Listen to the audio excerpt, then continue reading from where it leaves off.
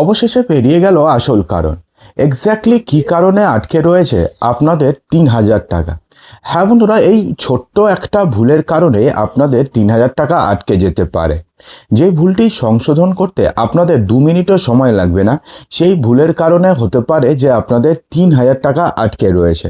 তো কি ভুলের কারণে আটকে যেতে পারে এবং সেটাকে রেকটিফাই আপনারা কিভাবে করবেন, চলুন জেনে নেই। তবে তার পূর্বে একটা ছোট্ট রিকোয়েস্ট, ভিডিওটিকে এক্ষুনি একটি লাইক করে দেবেন এবং ভিডিওটিকে আপনাদের বন্ধুবান্ধবের মাঝে প্রচুর শেয়ার করবেন। বন্ধুরা, আপনাদের একটি লাইকই ভিডিওটিকে আরও ১,০০০ জনের কাছে পৌঁছতে সাহায্য করে।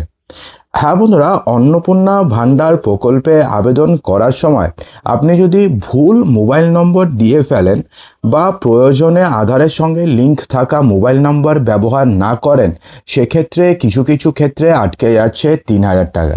হ্যাঁ বন্ধুরা, ধরুন আপনি যখন ফর্ম ফিল আপ করেছেন বা যখন আপনি আবেদন করেছেন, ধরুন অফলাইনে কিংবা অনলাইনে, তখন আপনি যেই মোবাইল নম্বরটি দিয়েছেন সেই মোবাইল নম্বরে ধরুন আধার নম্বর লিঙ্ক করা নেই। যেটা অনেকের ক্ষেত্রে এটা হয় যে আধার নম্বর কোন মোবাইল নম্বরের সঙ্গে লিঙ্ক করা থাকে অনেকে সেটা জানেই না। আপনারা যারা ভিডিওটি দেখছেন, আপনাদের মধ্যে কতজন জানেন যে আপনাদের কোন নম্বরটি আধারের সঙ্গে লিঙ্ক করা রয়েছে? কমেন্ট বক্সে জানাবেন।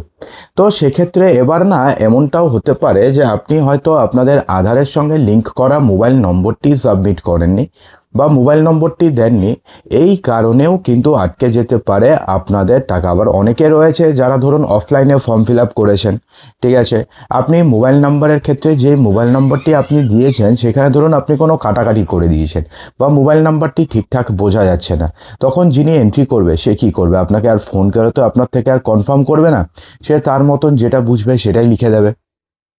তো এই কারণেও হতে পারে আপনাদের ৩,০০০ টাকা আটকে গেছে।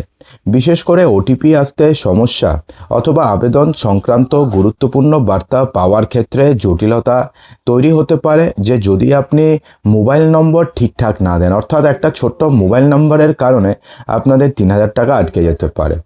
যেমন ওটিপি না পাওয়া অথবা গুরুত্বপূর্ণ এসএমএস গ্রহণের সমস্যা হওয়া অথবা তথ্য যাচাই অথবা সংশোধনের সময় যোগাযোগে অসুবিধা হওয়া এবং আধার ভিত্তিক যাচাইকরণে অতিরিক্ত সময় লাগতে পারে। অর্থাৎ ধরুন আপনি যে মোবাইল নম্বরটি দিয়েছেন ফর্ম ফিল আপের সময়, সেই মোবাইল নম্বরটি ধরুন আপনার এখন অ্যাক্টিভ করায়নি, বা সেই মোবাইল নম্বরটি ধরুন আপনি রিচার্জ না করার কারণে ইনকামিং বন্ধ হয়ে গেছে, তাহলে তখন কি হবে?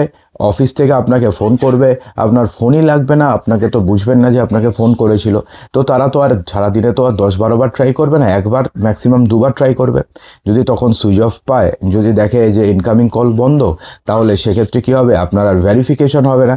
আর ভেরিফিকেশন যদি আপনাদের না হয়, তাহলে সেক্ষেত্রে কী হবে? সেক্ষেত্রে কিন্তু আপনাদের যে স্টেটাস সেটা কিন্তু আন্ডার ভেরিফিকেশন বা আন্ডার এনকোয়ারি থাকবে, সেটা কিন্তু অ্যাপ্রুভ স্ট্যাটাসে যাবে না। অর্থাৎ একটা ছোট্ট মোবাইল নাম্বার ভুলের কারণে এমনটা হতে পারে। এছাড়া এমনটাও হতে পারে যে আপনাদের কাছে ধরুন কোনো গুরুত্বপূর্ণ এসএমএস আসার কথা ছিল, কিন্তু যেহেতু আপনি মোবাইল নাম্বারটি ভুল দিয়েছেন, তো আপনার এক নাম্বারে কোনো মেসেজ আসেনি এবং আপনারা বুঝতে পারছেন না যে আপনাদের এক্স্যাক্টলি কী ভুল হয়েছে। দেখুন, বেশিরভাগ সরকারি পরিষেবায় পরিচয় যাচাইয়ের জন্য আধারের সঙ্গে যুক্ত মোবাইল নম্বরে ওটিপি পাঠানো হতে পারে। তাই আবেদনের সময় আধারের সঙ্গে লিঙ্ক করা মোবাইল নম্বরই দিতে হবে এবং সেখানে কিন্তু স্পষ্টভাবে বলা রয়েছে যে আধার লিঙ্কড মোবাইল নম্বর দিতে হবে। এমনকি যদি আপনাদের বাড়িতে ছোট কোনো বেবি থাকে, ধরুন ৫ বছর, ওর জাস্ট আধার নম্বরটি হয়েছে কারোর বাবার নাম্বার দিয়ে বা মায়ের নাম্বার দিয়ে, তো সেক্ষেত্রেও কিন্তু বলা রয়েছে যে আধার কার্ডের সঙ্গে যে মোবাইল নম্বরটি লিঙ্ক করা রয়েছে সেই মোবাইল নম্বরটি দিতে হবে, অন্য মোবাইল নম্বর দিলে চলবে না। ঠিক আছে, তো অন্য মোবাইল নম্বর দিলে চলবে না, তাহলে ভেরিফিকেশনের সময় আটকে যেতে পারে আপনাদের আবেদনপত্র।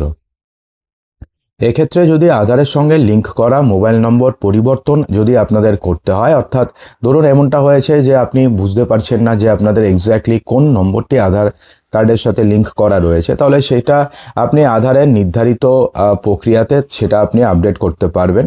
অথবা ইউআইডিআই এর যে অফিসিয়াল ওয়েবসাইট রয়েছে সেখানে যদি আপনি যান এবং সেখানে গিয়ে আপনি যদি চেক মোবাইল নম্বরে ক্লিক করেন এবং যদি আপনি আপনার মোবাইল নম্বরটি দেন এবং আপনার আধার নম্বর দেন এবং ক্যাপচা কোডটি ফিল আপ করেন, তাহলে যদি আপনার সেই মোবাইল নম্বরের সাথে আধার নম্বর লিঙ্ক থাকে তো দেখিয়ে দেবে যে লিঙ্ক আছে, আর যদি লিঙ্ক না থাকে তাহলে বলবে যে এই নম্বরের সাথে লিঙ্ক নেই। তাহলে আপনি বুঝতে পারবেন যে কোন নম্বরের সাথে লিঙ্ক রয়েছে। তো যদি আপনাদের যদি এমন হয় যে আপনারা যে নম্বরটি দিয়েছেন সেই নম্বরের সাথে আধার নম্বর লিঙ্ক করা নেই, তাহলে আপনি সেটাকেও আপনি ইউআইডিআই এর অফিসিয়াল ওয়েবসাইটে গিয়ে ইজিলি আপনি সেটাকে পরিবর্তন করতে পারবেন। সংশোধনের পরে তথ্য সঠিকভাবে আপডেট হয়েছে কিনা সেটাকে আপনাকে নিশ্চিত করতে হবে।